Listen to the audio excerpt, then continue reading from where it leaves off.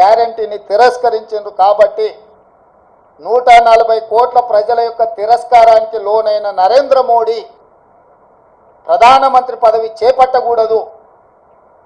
ఇది 4 కోట్ల తెలంగాణ ప్రజల తరఫున కాంగ్రెస్ పార్టీ నాయకుడిగా నేను డిమాండ్ చేస్తున్నా. సరే, ఎన్డీఏ కూటమిలో ఇంకెవరైతారు? ఎన్డీఏ కూటమికి మెజారిటీ వచ్చినప్పుడు వాళ్ళు ఏం నిర్ణయాలు తీసుకుంటారు పక్కన పెడితే, మోడీ గ్యారంటీ మీద ఏక వ్యక్తి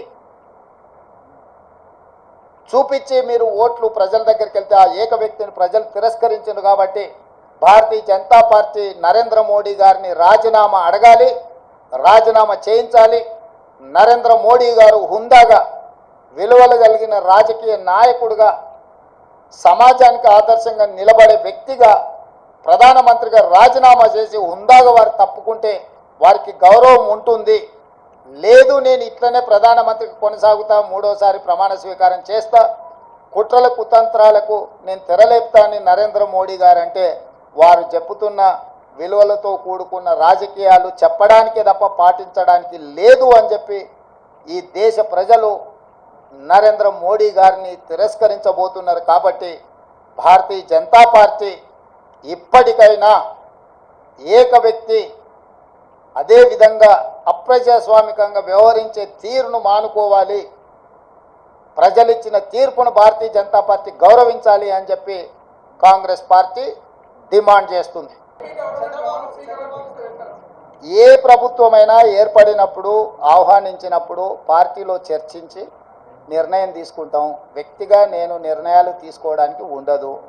పార్టీ సూచనల మేరకే నేను వ్యవహరించాల్సి ఉంటుంది. ఇది సిద్ధాంతపరంగా, రాజకీయ పరంగా పార్టీ తీసుకోవాల్సిన నిర్ణయము.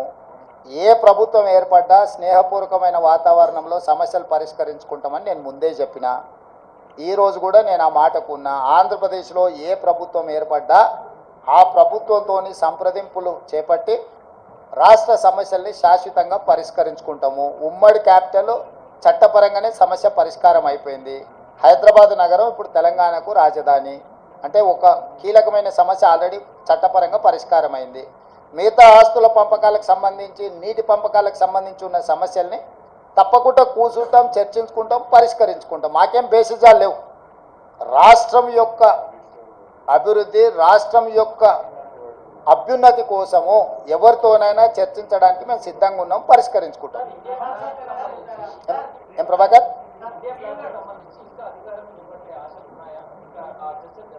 నాకు తెలియదు, నేను ఢిల్లీకి వెళ్ళలేదు. ఇండియా కూటమి ఢిల్లీలో చర్చలు చేస్తారు. మన వాళ్ళు ఎవరైనా ఉంటే అక్కడికి ప్రశ్న అడగమను.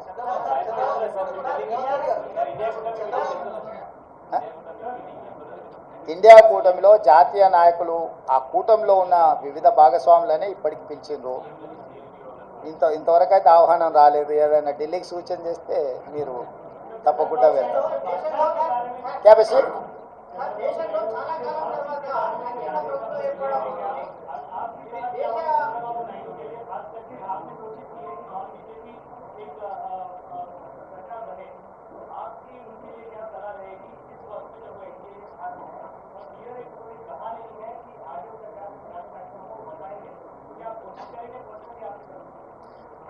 जहाँ तक मेरा सुझाव मोदी जी को, मोदी जी का गारंटी की वारंटी खत्म हो चुकी है, इसीलिए मोदी जी तुरंत जिम्मेदारी लेकर इस्तीफा दिए तो प्रधानमंत्री कुर्सी को उनके लिए शोभा है। इसीलिए मैं एक ही मोदी जी से डिमांड करता हूं कि तुरंत आप प्रधानमंत्री कुर्सी को इस्तीफा दे दीजिए, क्योंकि आपके वारंटी की गारंटी खत्म हो चुकी है। और दूसरी बात रहा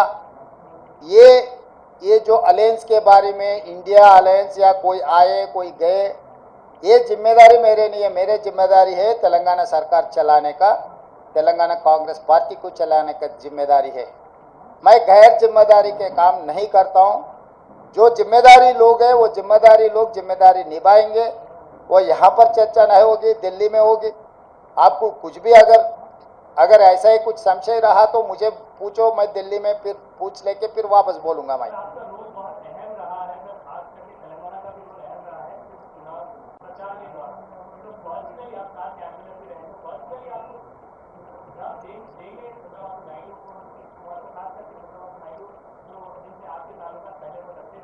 अरे सबसे सबका ताल्लुकात है, कौन किससे पहचानते नहीं।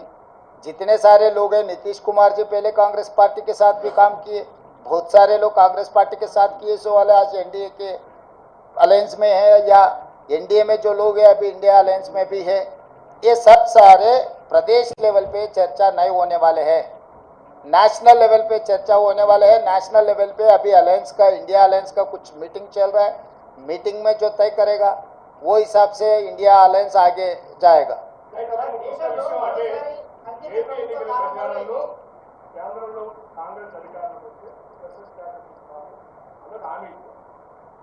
కేంద్రంలో అధికారులు ఎన్డీఏ ఓటుని అటువంటి ఆఫర్ ఏమన్నా చంద్రబాబుకి ఇచ్చి మేము ఆ దాంట్లో చేరితే మీరు అనుకుంటున్న తెలంగాణ ఆంధ్రప్రదేశ్ గురించి ప్రశంసిస్తాం. నిన్న రాహుల్ గాంధీ గారి పత్రికా సమావేశం చూస్తే మీకు అందరికి స్పష్టత వచ్చి ఉండాలి. ఆంధ్రప్రదేశ్ రాష్ట్రానికి ప్రత్యేక హోదా మా మన్మోహన్ సింగ్ గారు ఇచ్చిండ్రు. మన్మోహన్ సింగ్ గారు ఇచ్చిన మాటకు, పార్లమెంటులో చేసిన చట్టానికి కాంగ్రెస్ పార్టీ కట్టుబడి ఉన్నదని రాహుల్ గాంధీ గారు విస్పష్టంగా ఆంధ్రప్రదేశ్కు హామీ ఇవ్వడం జరిగింది. ఇది చట్టబద్ధతతో కూడుకున్న హామీ, ఎన్నికల హామీ కాదు. అది 2014లోనే రాష్ట్ర పునర్విభజన చట్టంలో నాటి ప్రధానమంత్రి మన్మోహన్ సింగ్ గారు ఆంధ్రప్రదేశ్కు ప్రత్యేక హోదా ఇస్తామని చెప్పడం జరిగింది. నిన్న జరిగిన రాహుల్ గాంధీ గారు, మల్లికార్జున్ ఖర్గే గారు పత్రికా సమావేశంలో రాహుల్ గాంధీ గారు ఈ అంశాన్ని పునరుద్ఘాటించిండ్రు. మేము కట్టుబడి ఉన్నాము అని. ఎవరికైనా ఎలాంటి శశబిషలు, అనుమానాలు అక్కర్లేదు. ఆనాడు పార్లమెంటులో చేసిన చట్టానికి కాంగ్రెస్ పార్టీ కట్టుబడి ఉంది.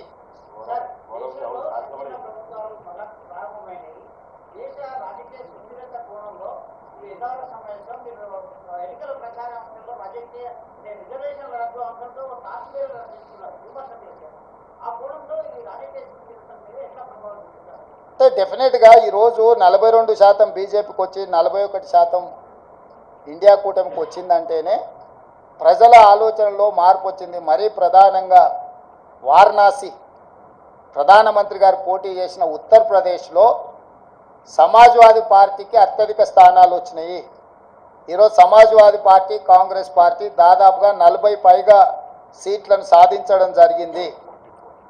37 స్థానాలు సమాజ్వాదీ పార్టీకి వచ్చినాయి, 7 కాంగ్రెస్ పార్టీకి వచ్చినాయి. అంటే దాదాపుగా 42 స్థానాలు సమాజ్వాదీ పార్టీ, కాంగ్రెస్ పార్టీ ఉత్తరప్రదేశ్లో గెలవడం జరిగింది. రెండవది ఫైజాబాద్ పార్లమెంట్.